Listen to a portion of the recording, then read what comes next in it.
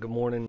I'm General Paul Sanders. I'm the 352 KCOM commander, and I took command August 20th of 2021. Colonel Christopher Schond, G3 and Assistant Chief of Staff for 352 Civil Affairs Command, and I took this position in April of 2022. Sergeant Major Jeremy S. Maddox. I am the G3 Air NCOIC. Took that role in, it was April of 2022. 352 KCOM's a very dynamic KCOM. We have two kind of areas we operate in. We own all the AFRICOM AOR, and we own most of the CENTCOM AOR. So we've got soldiers that are deploying to Africa and CENTCOM at the same time. We also are unique because we have the only airborne brigade in all the use of KPOC and all the reserves. So my 360th CA brigade has 4 airborne battalions, and we plan about 33 airborne operations a year. And we got a more aggressive soldier, a more high-paced soldier, and there's just a lot to do. So the 352 KCOM is, as General Sanders mentioned, regionally aligned with both CENTCOM and AFRICOM regions of responsibility. From our CENTCOM perspective, we provide a theater civil military operations center, also direct support to CENTCOM headquarters down in Tampa. We also have a team that is aligned as part of a multinational civil affairs planning team assigned to Kuwait, but has some individual components that are scattered throughout some of the regions within CENTCOM. On the AFRICOM side, we have 3 missions that we support primarily. We have a civil affairs company that's located in East Africa, Horn of Africa, and Djibouti. And we also have a civil affairs company assigned to West Africa, primarily operating out of Niger. And then we have a civil affairs battalion headquarters element that is also aligned to Djibouti and Horn of Africa. So our brigades are regionally aligned with the Army Support Combatant Command elements at ARSEN and CTAF. And over the course of a year, we have 6 force tracking numbers, or FTNs. Those mobilizations occur on 9-month rotations, so on any given year, we typically have between 6 and 12 units that are mobilizing in support of real-world operations in both AORs. The soldiers within the KCOM can expect to mobilize while they're assigned, but we do fall within the unit readiness cycles, the 5-year unit readiness cycles, where we have prepare years 1 through 4, and then our mission year, which would be our mission year 5 requirement. Now, as General Sanders had mentioned, we do have a very heavy airborne responsibility as well, and it's not just conducting airborne operations, but it's airborne readiness, airborne integration, which Sergeant Major Maddox will talk to briefly. But we are fully responsible for ensuring absolute proficiency in all of our operations as an enabling function to what we're doing on the civil affairs side. So airborne is a means of delivery to conduct our follow-on mission, which in this case would be civil affairs operations. General Sanders mentioned we have 4 airborne battalions that are aligned under the 360th Civil Affairs Brigade with support from and validation from 352 KCOM. And while we're not the only airborne units in KPOC, there are some airborne elements out west in California. We are the biggest footprint, and we do have the largest number of paratroopers. The commander's guidance with respect to airborne operations is do them safe, do them right, and make sure that everybody's getting the proper training. And we go to extraordinary lengths to make sure our paratroopers are well prepared, that they have everything they need to successfully execute their mission, and that they're actually training to mission standard. We're not just simply throwing a chute on and jumping out of an airplane. We're actually going through all the mission requirements. We're jumping combat equipment, and we're going through progression. So you're not, the first day you show up at a battalion, you're not going to immediately exit an aircraft with combat equipment on. You're going to go through obviously your basic airborne refresher. You're going to go and do a Hollywood jump, then you're going to come back in, you're going to get trained on a day combat jump, then you'll progress to a night combat jump. And what we try to do is get each of our units on cycle so that we have the vast majority of the jumpers assigned to that unit progress within the same period. So we have to, it's a challenge because we have so many new jumpers coming in and out of the unit, It makes it difficult, but we have some pretty good coordination that we do to make sure that we keep everybody in standard. So again, the biggest emphasis from our commander is to do it safe, and we do that by a lot of oversight, a lot of drilling the essential tasks and giving them the opportunity to practice them.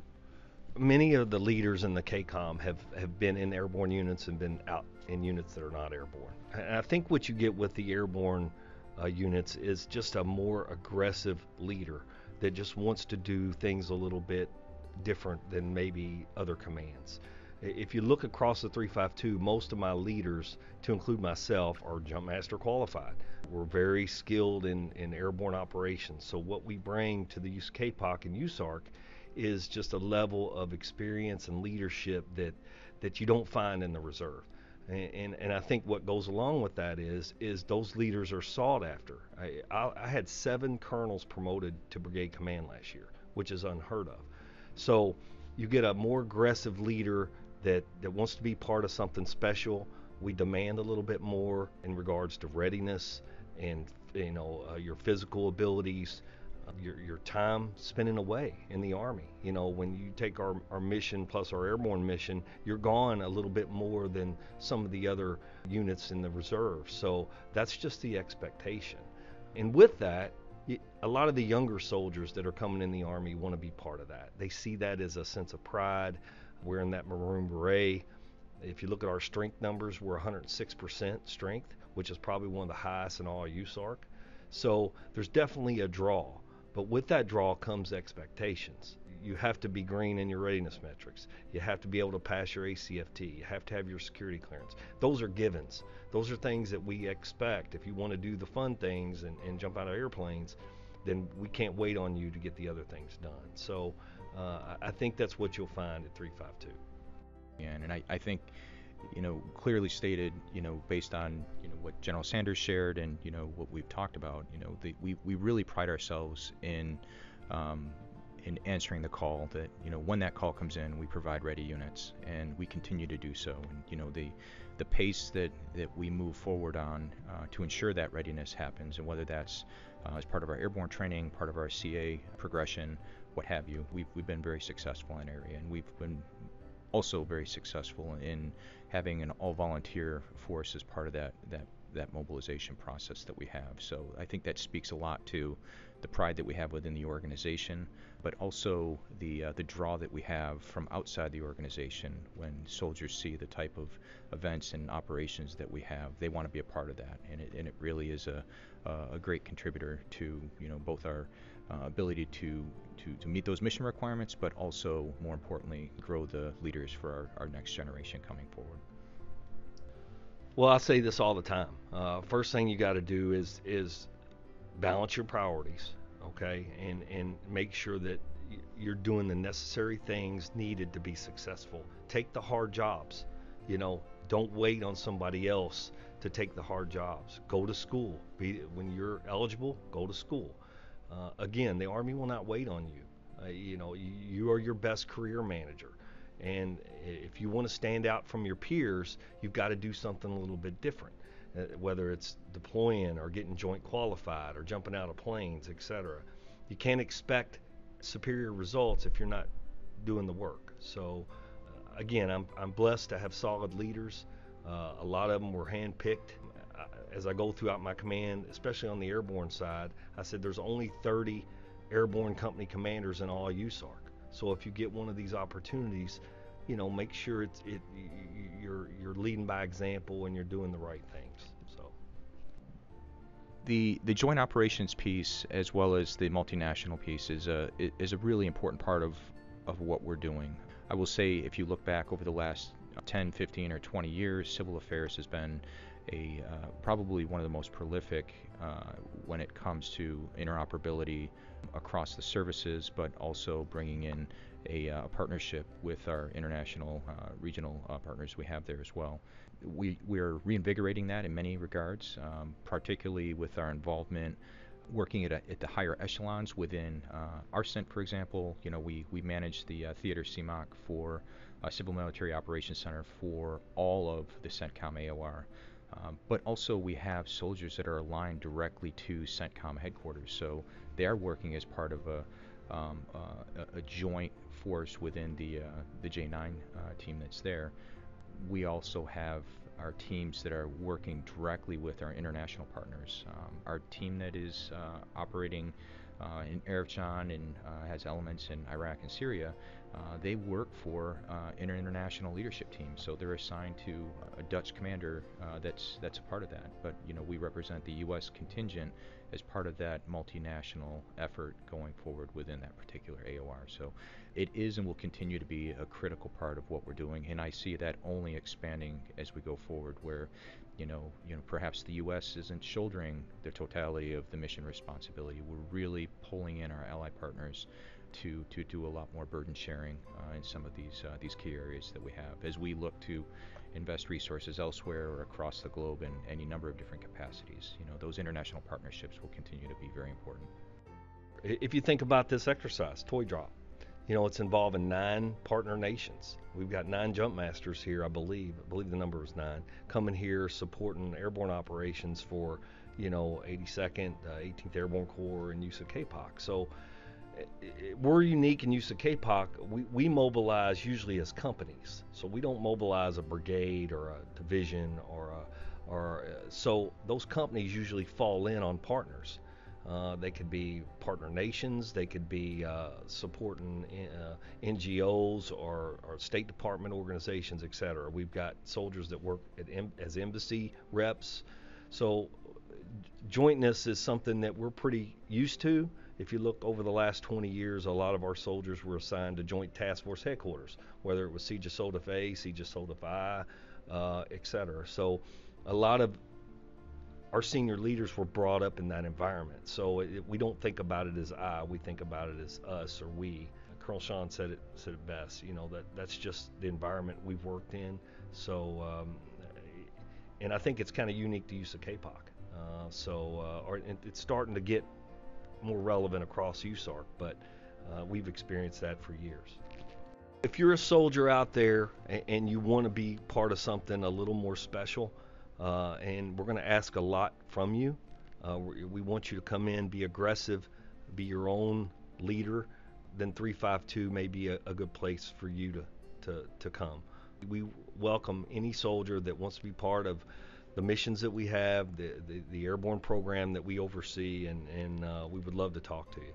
Yeah, I'd like to build on what General Sanders said, that the soldiers that we have in our midst today are some of the most extraordinary people that you'll see in American society. Most of our enlisted have college degrees. A lot of them have advanced degrees. Matter of fact, I know of at least one E5 sergeant that is working on his doctorate right now.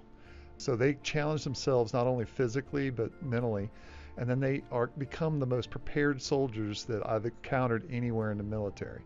I mean, they have just a depth and breadth of understanding of mission and of the intent of the mission, and they're able to think creatively and constructively to come up with solutions, or at least to be able to work hand in hand with host nation or populations at risk to be able to help resolve their sources of instability. So we need brilliant people. We need people who are self-starters, who want to come in, roll up their sleeves, and help the people that we're trying to help figure their own solutions.